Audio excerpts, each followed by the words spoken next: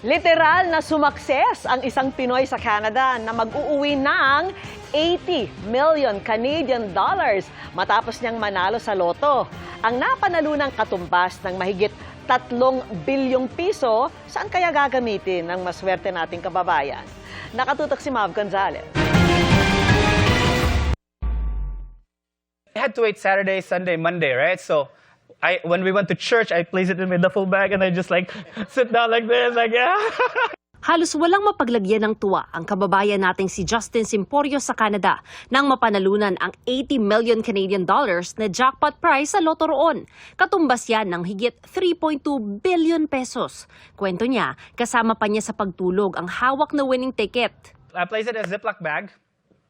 I put it under my pillowcase and then under like a blanket and I hid it. Bukod sa pag-secure niya ng kinabukasan ng kanyang pamilya sa napanalunang pera, For me, it's really like securing my family's future right now. Like, you know, like talk to an advisor, make sure you make that money like make generational wealth. Yeah. Of course. kasama raw sa mga gagawin niya sa pera ang pagtulong sa pagbabayad ng student debt ng kanyang kapatid at ang makapag-retire ng maaga ang kanyang ina. And I have like family set up, my daughter, my wife, my mom. Plano niya rin daw tumulong sa kanilang mga kaanak dito sa Pilipinas, pati na rin sa komunidad ng Surrey, British Columbia, kung saan residente siya ng 4 na taon.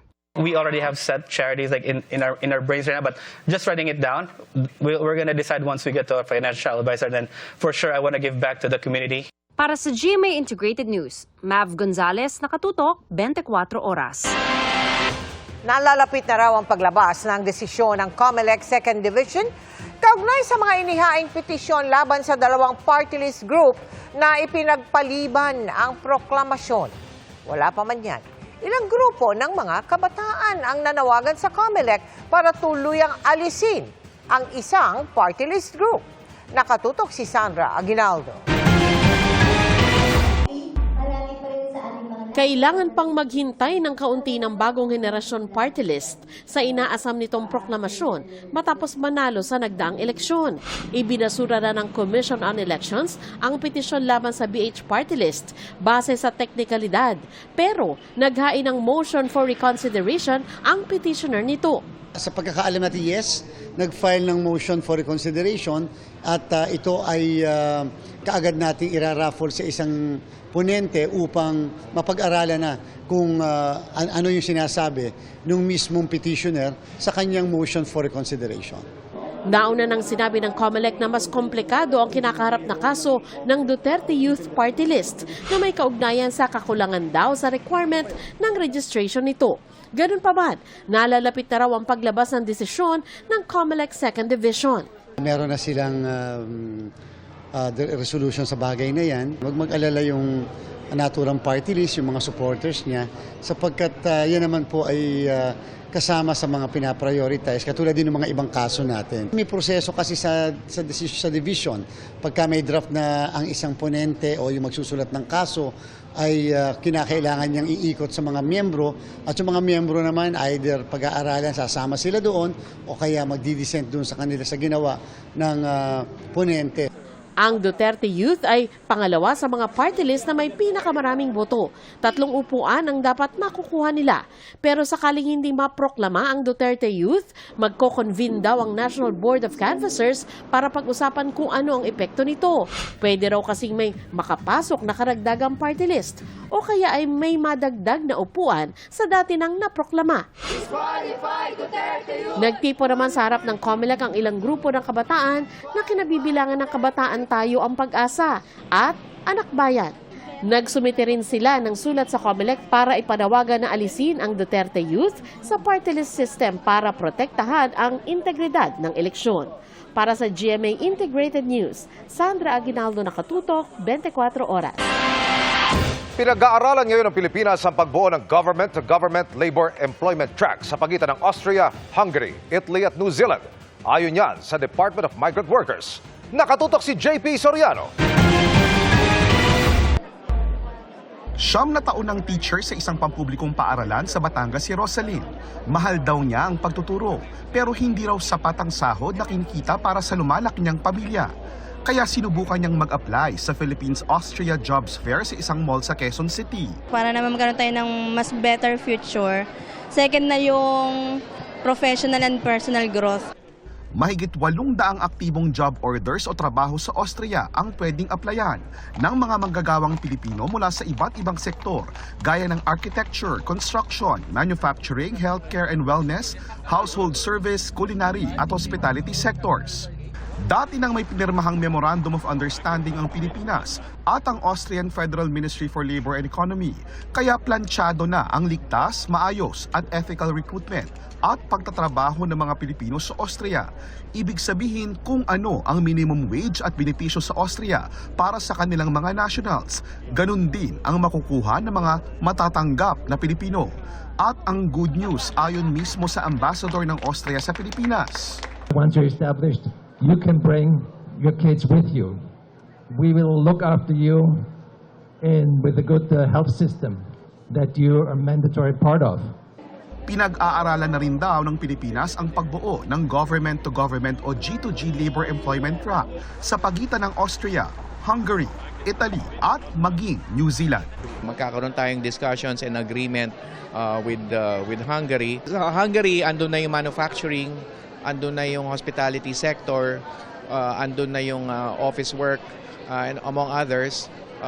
So, pwede pa pag-usapan naman yung ibang klase ng sektor. Of course, mindful of the labor demand, the job market demands here in our country. Dumating din sa aming office ang New Zealand ambassador, so we're also working out something with New Zealand, not necessarily in Europe. But in Europe, we are in continuing discussions with countries like Italy. Nagkaroon din ng Pre-Orientation Departure Seminar o PIDOS para sa mga aplikante sa jobs fair upang ituro sa kanila ang kanilang mga karapatan sa ibang bansa at ang mga rules and regulations sa Austria at iba pang bansa kapag sila ay natanggap. Importante rin daw ito para matiyak na hindi mabibiktima ng illegal recruiter ang mga aplikante. Paalala po ng DMW, tanging sa mga lehitimong recruitment agency lang mag-a-apply na makikita sa listahan ng DMW website.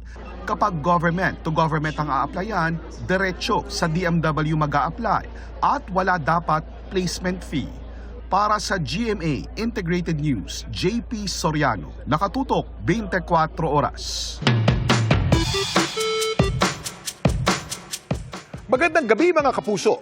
Ako po ang inyong Kuya Kim na magbibigay sa inyo ng trivia sa likod ng mga trending na balita.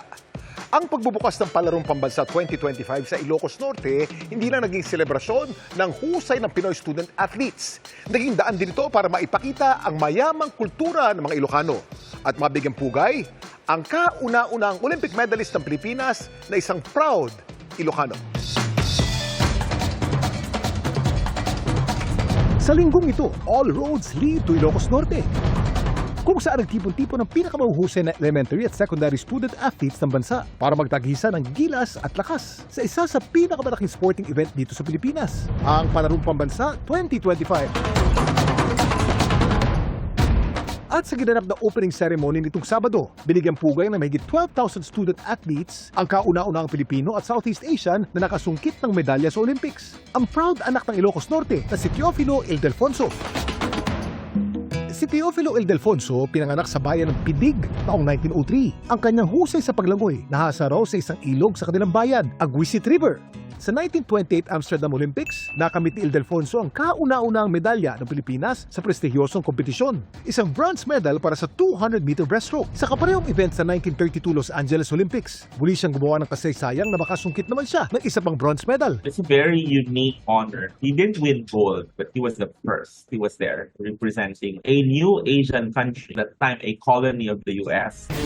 Dahil sa kanyang husay, ang Ilocano swimmer ang naging inspirasyon ng logo ng Palarong Pambansa sa taong ito. Sa logo kasi, makikita ang isang pixelated human figure na siyang iconic pose ni Ildefonso. There is a technique and there are weavers in Paway who can render our graphic design to an actual Inabel. We thought of using the logo in a real Inabel pattern. Hindi siya printed lang. At alam niyo ba na maging ang official mascot ng Palarong Pambansa sa taong ito? Teofilo Ildefonso Kuda din daw. Kuya Kim, ano na?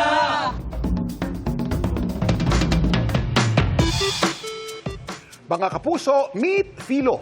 Ang official mascot ng Palarong Pambansa 2025, si Filo ay isang pating. Ang ating kasing kauna-unang Pinoy Olympic medalist na si Teofilo Ildefonso, binansagang Ilocano Shark. Kaya ito ang naging inspirasyon ni Filo. Sinasalamin din ni Filo ang determinasyon at tibay ng mga Ilocano. Samantala, para malaman ang trivia sa likod ng viral na balita, i-post o i-comment lang, #Kuya Kim, ano na? Laging tandaan, importante ang may alam. Ako po si Kuya Kim at sagot ko kayo 24 oras.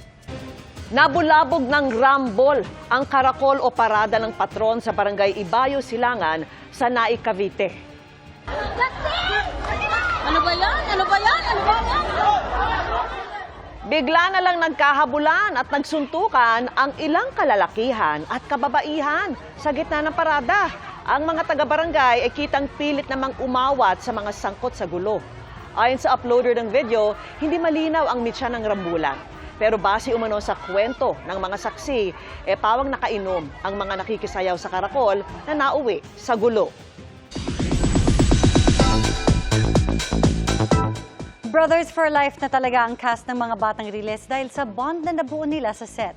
Aminado mga mamimiss ang isa't isa, excited naman nilang i-share ang twist at intense scenes sa nalalapit na pagtatapos ng serye. Makichika kay Lars Santiago.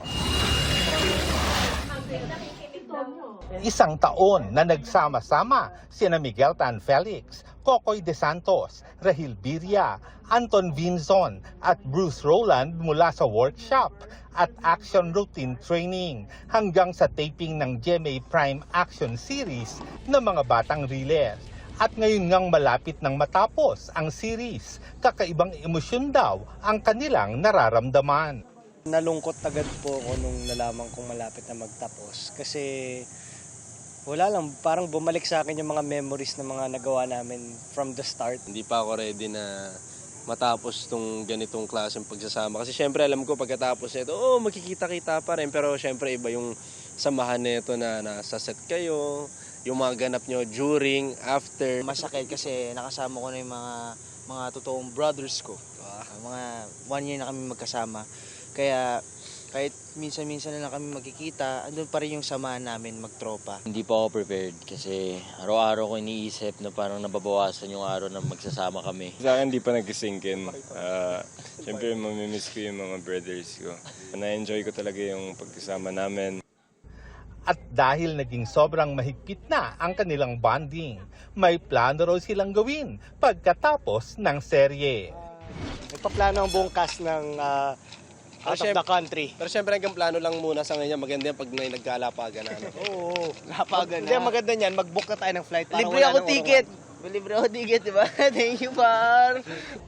Pero for now, focus muna sila sa mga kinukunang malalaking action scenes papunta sa mas maaksyon at kahindik-hindik nilang finale. Madami kayong abangan. Mas may power kami ngayon. Asahan nyo kay Kulot, syempre mag-iisip si Kulot palagi ng daan para makalabas sa mga trouble. Lagi niyang babakapan itong mga tropa niya. Sobrang intense po nung magiging last 2 to 3 weeks ng mga Batang Riles. Hindi lang yung action, pati yung mga emotions namin ang tataas na dito dahil patapos na malalaman ba ni Kidlat na anak talaga siya ni Rendon. Si Sig naman, gagawin niya ang lahat ng kaya niyang gawin para protektahan din mga Batang Riles dahil ngayon nung ulit siya nakasama sa kanila kasi nag-recover na ang pilay niya. Kaya gagawin niya lahat syempre para hindi rin mapahamak ang lady niya. Makikita niyo yung paghihiganti ni Matos sa mga Batang Riles dahil akala niya na pinatay yung mom niya. So syempre makikita sa mga eksena yung face-to-face nila ng mga Batang Riles. Lars Santiago, updated sa showbiz happening. Tinambakan at sinakop na nga. Pinarerentahan pa umano ng ilang residente ang espasyo sa bangketa sa bahagi ng Pasay City.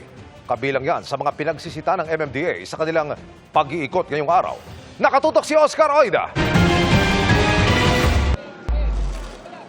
Nagmistulan ng extension ng mga bahay ang mga bangketa dito sa tramo sa Pasay. Sa ganyang sitwasyon, inabutan ng MMDA Special Operations Group Strike Force ang lugar nang magsagawa ng bantay sa gabal operation kaninang umaga. Kundi mga basura, mga pinaglumaang gamit ang itinambak sa bangketa. May basketball board at ring pa. Yung iba, tinayuan pa ito ng mga tindahan, lotohan, pati lutuan. Kaya imbis na sa bangketa, sa mismong kalsada na naglalakad ang mga pedestrian. Naintindihan po natin na kailangan po maghanap buhay ang ating mga kababayan, but then again, not at the expense of the convenience of public and also public safety. Makikita po natin, maliit na po ang bangketa, meron pong water meter, may drainage, then paparentahan pa po natin ito sa isang tindahan na nagpiprito ng manok. So, safety is at hand, no? Delikado po yan. Mantakin nyo, ang ilan nga daw na espasyo sa bangketa, pinarerentahan pa. Hindi na siya, kumbaga, uncommon.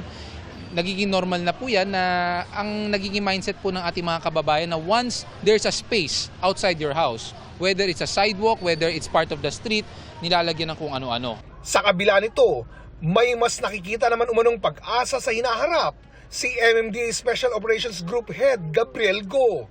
Kung dati daw kasi, palaban pa ang mga nahuhuli. Ngayon daw, mas sumusunod na. Meron tayong mga ilang mga nahuhuli na sinasabi nga nila, sir, nahuli niyo po kami pero okay lang, mali naman po kami. So I think there's this acceptance already. Nangako naman ng MMDA na bukod sa mga kalsada, aayusin din nila ang mga bangketa sa Metro Manila, lalo't nalalapit na ang rehabilitasyon ng EDSA. First and foremost, ang tramo po, it's part of our Mabuhay Lane dito po sa Pasay. Then itong portion na ito na papuntang Vito Cruz po na tramo, this is an extension of the Mabuhay Lane. And alam naman po natin, there's an upcoming rebuild of EDSA. So marami po tayong tinitingnan na lugar, kasama po ang ating mga LGUs na we are identifying mga streets, no, na kung saan maaaring magamit po ito ng mga motorista. Bukod sa tramo, pinasadahan din ng Bantay sa Gabal Operations ang kahabaan ng Arellano Street sa Manila, maging ang Zubel Rojas, Tejeron at Pedro Hill. Aabot sa halos 6 na po ang natikitan, habang nasa 18 naman ang mga nahatak na sasakyan. Para sa GMA Integrated News, Oscar Oida, nakatutok, 24 oras. Mahigit 1 bilyong pisong halaga ng shabu na isinilid sa mga tibag ang nasabat sa isang subdivision sa Pampanga. Posibleng galing umano ang mga ito sa Thailand, Myanmar at Laos. Nakatutok si Jonathan Andal. Ito na ang pinakamalaking huli ng PIDEA ngayong taon. 155 kilos ng hinihinalang shabu na mahigit 1 bilyong piso ang halaga. Nabisto ito sa bahay sa isang subdivision sa Angeles City, Pampanga kahapon.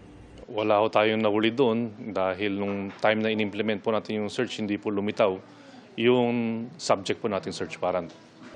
Ang target, isang Chinese national na 1 taon nang nangungupahan sa bahay. Sabi ng PIDEA, miyembro ito ng isang high-value drug syndicate at konektado sa naarestong isa pang Chinese at Pilipina na nahulihan ng 35 kilos ng shabu sa bypass operation sa Angeles City rin nito lang May 14. Sabi ng PIDEA, base sa packaging ng mga shabu na pinagmukhang tsaa, posibleng galing ito sa Thailand, Myanmar at Laos, ang Golden Triangle. We are looking into the possibility na dinaan yan through backdoor channels. Kasi nga naman, based on the profile ng mga nakuha nating droga, no, most likely nanggaling ito dun sa ating tinatawag na Golden Triangle. If we were not able to confiscate or seize these dangerous drugs, most likely this will fall dun sa ating mga small-time drug peddlers. Noong 1 linggo, pinagutos ni Pangulong Bongbong Marcos na tutukan naman ng mga otoridad ang mga street-level drug personality dahil tinuon daw masyado ang atensyon sa mga big fish sa droga. Sabi ng PIDEA, hindi nila napababayaan ang maliliit na drug suspect kahit may nahuhuli silang malalaking personalidad sa droga. Mula raw ng ibaba ng Pangulo ang direktiba, nakapagkasa na ang PIDEA na mahigit 300 operasyon, nakahuli ng mahigit 400 suspect at nakakumpiska ng halos 5 kilong shabu at marijuana. At wala raw silang ni isang napatay. Nananawagan ng tulong ang PIDEA, isumbong sa kanila ang mga nagbebenta at gumagamit ng droga sa inyong lugar. Ang kapalit hanggang 2 milyong pisong pabuya. Last week, nagbigay tayo ng rewards. 8 individuals, they were able.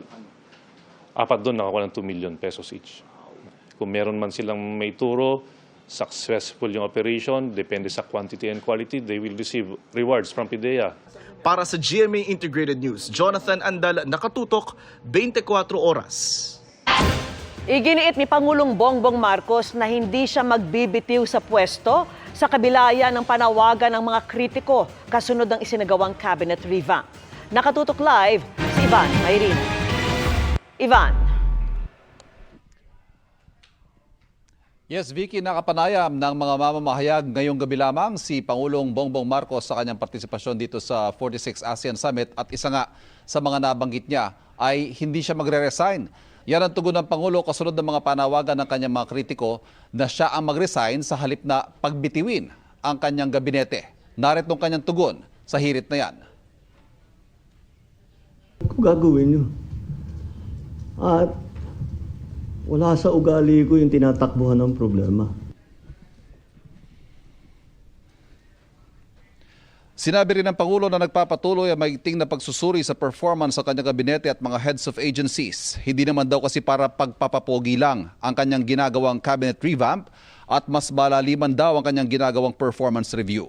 Samantala, kaugnay nito, sinabi ng Pangulo na may napili na siyang hepe ng Philippine National Police pero hindi pa niya inanunsyo kung sino dahil nais raw niya na personal niya muna itong sabihan. Pero ang utos niya, ituloy lang ang pagpapababa ng crime rate at paigtingin ng police visibility para mapanatag ang publiko na sila ligtas sa kanilang mga komunidad. Natanong din ng Pangulo tungkol sa impeachment proceedings laban kay Vice President Sara Duterte na nakatakdang magsimula sa susunod na linggo. Ayon sa Pangulo, hindi nagbagong kanyang posisyon na ayaw niya ng impeachment pero kailangan na lang hayaang gumulong ang proseso. I didn't want impeachment. Lahat ng kakampi ko sa Kongreso hindi nag-file ng impeachment complaint. Yung mga nag-file ng impeachment complaint, hindi mo masasabing kaya kong utusan o pagsabihan na ito yung gagawin mo. So, why do I have to keep explaining that I did not want impeachment? Samantala, Vicky, balik Pilipinas ngayong gabi ang Pangulo mula dito sa Kuala Lumpur, Malaysia. At live mula sa Malaysia, Ivan Mayrina nakatutok, 24 oras. Maraming salamat sa iyo, Ivan Mayrina. Nasa Qatar ngayon si Vice President Sara Duterte para dumalo sa iba't ibang aktibidad kasama ang Filipino community. Dumalo sa isang misa ang bise kung saan mainit siyang sinalubong ng mga overseas Filipino workers. Nakatakda ring bumisita ang bise sa isang health center kung saan ilang Pilipino ang nagtatrabaho. Kasama ng bise sa Qatar, si Senadora Amy Marcos na inimbitahan daw niya para sa isang pagtitipon ng mga Pilipino roon. Pagkatapos sa Qatar, nakatakda ring bumisita si Sara kay dating Pangulong Rodrigo Duterte sa The Netherlands. Sa June 4, inaasahang babalik ang bise sa bansa. 3 linggo bago ang pasukan, problema pa rin ang kakulangan sa mga silid-aralan ayon mismo sa DepEd. Pero kahit tinapyasan ang pondo ngayong taon, tinatarget pa rin daw nilang makapagpatayo ng mahigit 14,000 classroom. Nakatutok si Mariz Umali. Nagsisimula na muling mag-enroll para sa nalalapit na pasukan ng mga estudyanteng ito dahil pasukan na ulit sa June 16. Aminado si DepEd Secretary Sonny Angara na may malaki at matagal ng problema na muling kaharapin ang buong sektor ng edukasyon, ang kakulangan ng mga silid-aralan. We're now at around 165,000 and growing. Kasi hindi nakakayanan nung current budget yung to meet the buong bansa kasi yung kakulangan Especially sa populated areas like Region 4A, NCR, grabe yung, and all these cities actually, all over the country. Mataas ang backlog, in the thousands per city. Isa sa mga eskwelahan na kararanas ng classroom shortage, ang Batasan Hills National High School. Ang eskwelahang may pinakamalaking populasyon na estudyante sa buong NCR na aabot sa 17,000. Ang kanilang silid-aralan, nasa 92 lang. Para ma-accommodate daw ang lahat ng estudyante, hindi na muna tatanggap ng grade 12 enrollees at magpapatupad sila ng shifting ng klase. Ang resulta, 2 hanggang 3 araw lang kada linggo ang face-to-face classes habang ang natitirang araw ay asynchronous na o online learning. Hindi kumpiyansa rito maging ang kanilang assistant to the principal for the curriculum. Since ang ating mga junior high school or high school students ay supposed to be more on face-to-face. Yung actual learning ang kailangan natin. Performance outcomes ng mga bata babagsak. Deteriorate talaga. Yun ang magiging effect. Ganito rin ang pinatutupad na sistema ng Justice Cecilia Munoz Palma High School. Kaya ang kanilang mga estudyante nag-aalala. Mahirap po kasi may mga nami-miss po kaming lessons. Marami pong lessons po kaming nalagpasan. Tulad po nung sa ASP po, may isang buong module po kaming hindi po na lesson. Kaya po in terms of exam, may mga hindi po kami na review po. Ang hirap po mag-thrive if kulang-kulang po yung lessons. Ang kaso tinapyasan pa ng mga mambabatas ang pondo ng DepEd nitong 2025 na aabot sa 12 bilyong piso dahil sa umano'y low fund utilization. Ang tanong, kailan pa makapagpapatayo ng karagdagang mga silid-aralan sa ganitong sitwasyon? It will take us 30 years probably if we work on the current budget. Sa ilalim ng 2025 General Appropriations Act, aabot sa 28 billion pesos ang inilaan sa DepEd para sa basic education facilities, 7.18 billion pesos para sa pagtatayo ng bagong kindergarten, elementary at secondary school buildings. 6.13 billion pesos naman ang pondo para sa rehabilitasyon, renovation, repair at pagpapaganda ng school buildings sa ilalim ng Repair All Policy. Ayon sa DepEd, ngayong 2025 aabot daw sa 14,268 ang may patatayong silid-aralan ng ahensya. Para sa GMA Integrated News, Mariz Umali nakatutok, 24 oras. At yan ang mga balita ngayong Martes. Ako po si Mel Tiangco. Ako naman po si Vicky Morales para sa mas malaking misyon. Para sa mas malawak na paglilingkod sa bayan, ako po si Emil Sumangil. Mula sa GMA Integrated News, ang News Authority ng Pilipino, nakatuto kami 24 oras.